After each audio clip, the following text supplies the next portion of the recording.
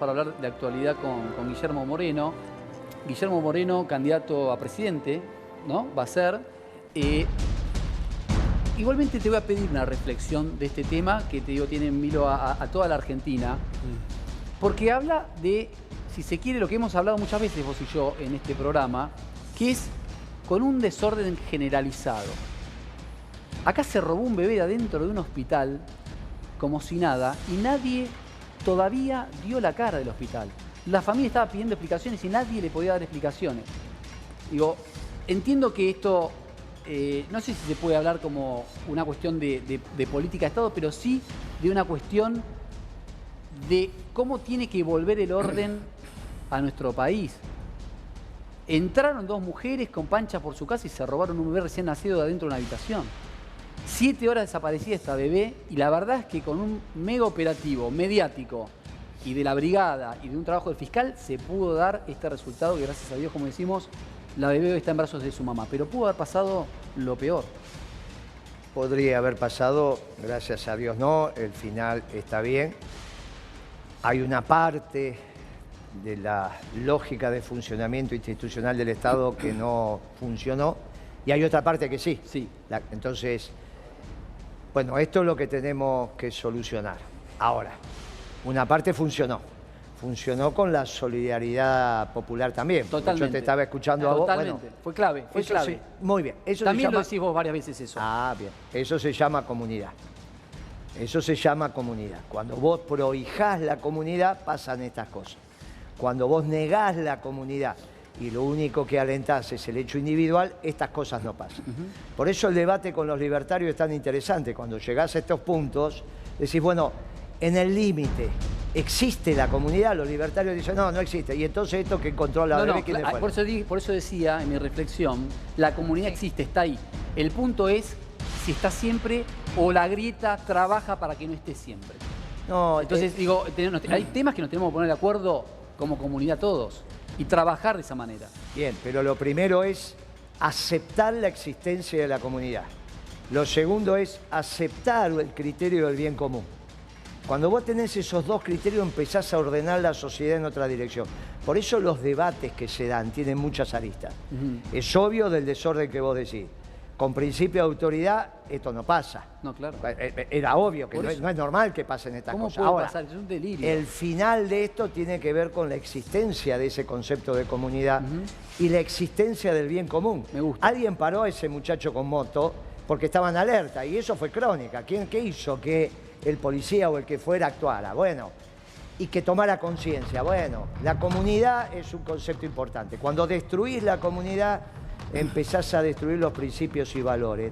Y lo que resulta de eso es muy complicado. Ahora, y con esto termino, fíjate vos lo que pasó en el lanzamiento, no de la candidatura de Moreno, porque eso era obvia. En la candidatura de Morales. Esta semana se lanzó la candidatura del presidente de la Unión Cívica Radical, o al menos uno, Morales, el gobernador de Jujuy. Y tuvo que hablar de principios y morales y valores. Nunca vos escuchaste a los radicales hablar de principios y valores. Nunca. Revisad todos los discursos de lanzamiento presidenciales de los radicales. Nunca hablaron de principios y valores. En su lanzamiento esta semana, y eso es un buen síntoma, nos empezamos a encontrar en los principios y valores. No es un hallazgo de nosotros. Es el hallazgo de decir, hay algo ordenador. Claro. Si hay Hoy escuchaba a la mañana un dirigente del PRO, o de Juntos por el Cambio, más PRO que Juntos por el Cambio, hablar también de este punto. Déjame terminar, déjame ponerle el broche a la reflexión. Dale. Cuando vos hablás de principios y valores, ya no estás en el mundo de las incertezas. Ya no estás en el mundo de Durán Barba, ya no estás en el gobierno de Macri cuando te decían a vos, prepárate porque mañana no sabés lo que pasa y podrás pasar de ser periodista a tener que vender choripán en la calle. Eso lo dijo el jefe de gabinete de Macri. Ese es el mundo que te quería llevar Durán Barba, el mundo sin Dios. El mundo sin Dios, porque el mundo sin Dios es donde te lleva a principios, donde te niegan la comunidad, donde te niegan los principios y valores. Durán Barba dijo, estoy formando a la juventud del PRO explicándole que en el siglo XX terminamos con las religiones politeístas. Y ahora en el 21 vamos a terminar con las monoteístas. Bueno, ante ese país que quería Durán Barba, emergemos nosotros con principios y valores, y no solo el peronismo. Bien.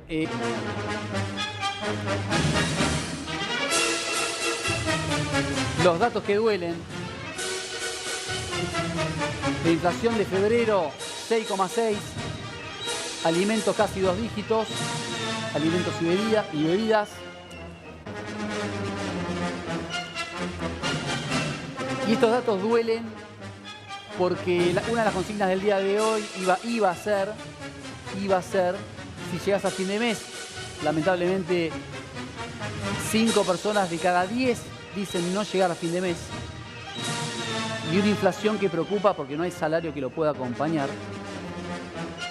Ya te lo pregunto como candidato, vos hemos hablado de economía largo y tendido, hemos tenido varios bloques de acuerdos y desacuerdos. Ahora, esta inflación preocupante, ya de 3 dígitos, 102% interanual, con un contexto macroeconómico complicadísimo y con un contexto de sequía, de ausencia de dólares para el próximo semestre más preocupante aún, donde ya se empieza a hablar de posibilidades de desdoblamiento del dólar, porque los dólares no van a alcanzar y se necesitan para, no solamente para los compromisos externos, sino también para los bienes y servicios que producimos y insumos que hay que importar.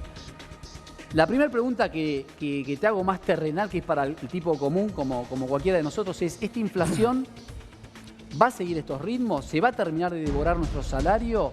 ¿O puede haber sido esto un techo para empezar a moderar esta alza inflacionaria?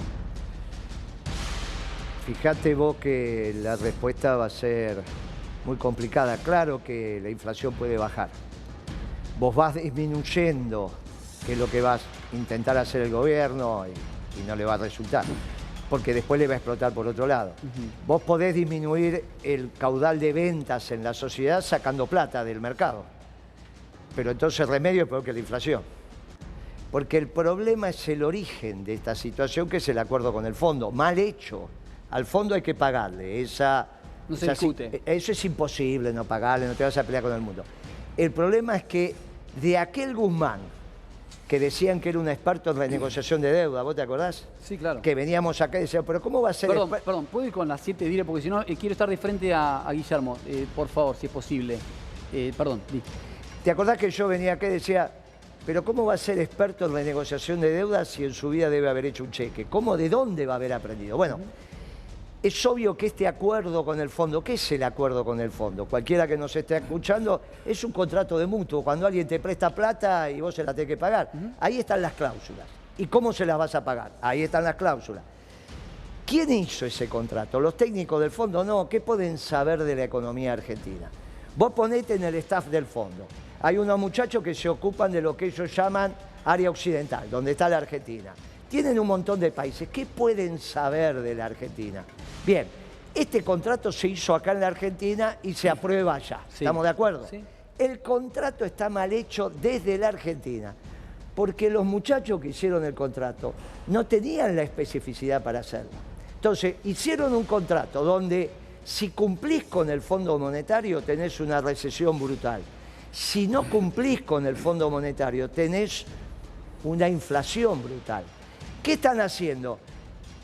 Cumpliendo y no cumpliendo. Un mes cumplen, otro menos. Por eso, en el último informe, supuestamente se había sobrecumplido las metas. No, supuestamente, ¿no? Claro, pero se había sobrecumplido, hiciste. Dólar soja 1, dólar soja 2, es la que te falta la exportación ahora. ¿Por qué tenés este problema de dólares? Lo tendrían que haber previsto. Es obvio que si vos sacás la dama inmediatamente cuando estás jugando al ajedrez, la tercera movida, o sos muy bueno y ganás la partida, o sos regular y la perdés. Escuchame, ¿se viene una devaluación en el corto plazo? Es obvio que el gobierno sabía que no iba a tener trigo por la seca, la primera seca, tuvimos dos. La primera y esta es tremenda. Claro, esta fue muy compleja, porque nadie la esperaba. La segunda ola de calor no se esperaba, es cierto.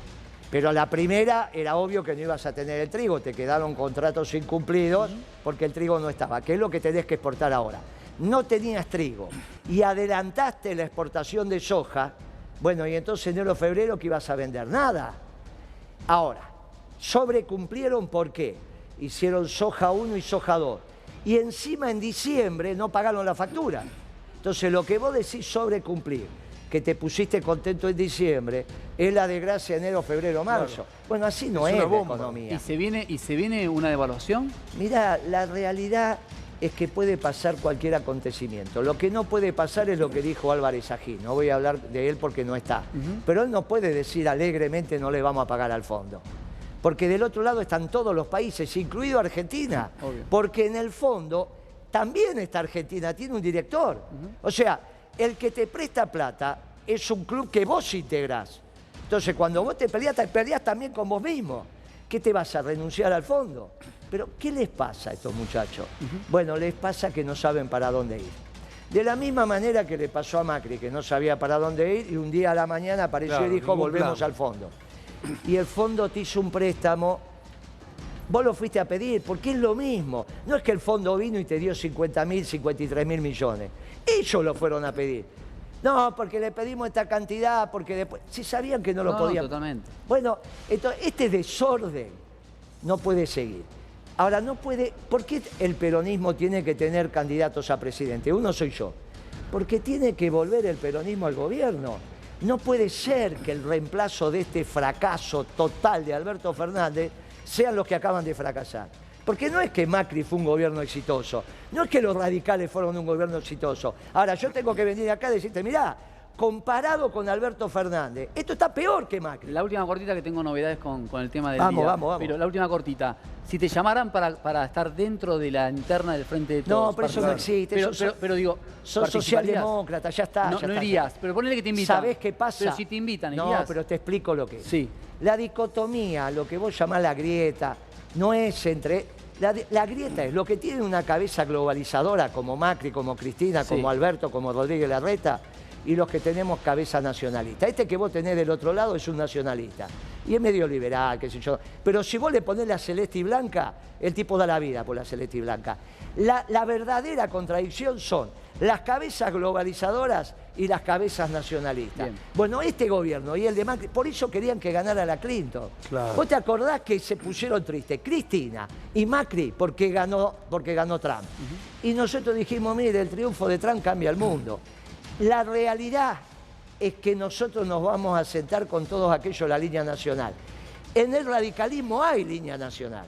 Y algunos del PRO puede haber. Aquel, por ejemplo, es de la línea nacional. Gracias, Guillermo, querido. Gracias.